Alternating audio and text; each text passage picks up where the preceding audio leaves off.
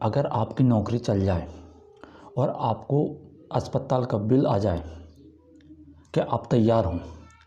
इसलिए emergency fund की ज़रूरत पड़ती है हमें। इमरजेंसी फ़ंड होता क्या है? देखो, इमरजेंसी फ़ंड जो होते हैं वो आपको मुसीबत में काम पड़ते हैं। एग्जाम्पल के तौर पे आपको मेडिकल की इमरजेंसी हो जाए या आपकी नौकरी चल जाए, तो वहाँ जो आपने इमरजेंसी फ़ंड के जो पैसे बचाए थे वो वहाँ पर लग सकते हैं। इमरजेंसी फ़ंड क्या करता है?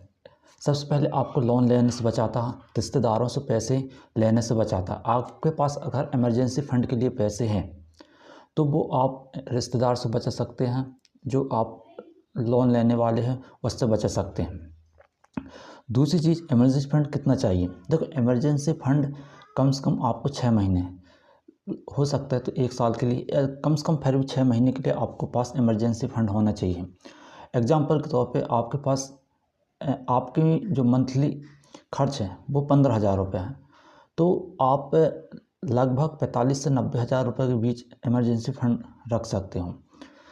अब इमरजेंसी फ़ंड कहाँ रख सकते हैं? इमरजेंसी फ़ंड रख सकते हो आप सेविंग अकाउंट में, या कहा जाए तो घर पे भी रख सकते हो, वो आपकी चॉइस है।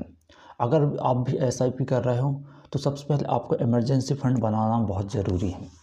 नहीं तो जैसे आपको कोई मेडिकल की हो सके, या आप कोई ट्रैवलिंग करने जा रहे हैं या घूमने जा रहा है, तो वहाँ पर आपको SIP तोड़नी पड़ेगी। अगर इमरजेंसी फ़ंड है, आपके पास एक प्लानिंग है इमरजेंसी फ़ंड की, तो आप SIP या जो इन्वेस्ट कर रहे हैं वो आप वहाँ से तोड़ नहीं सकते।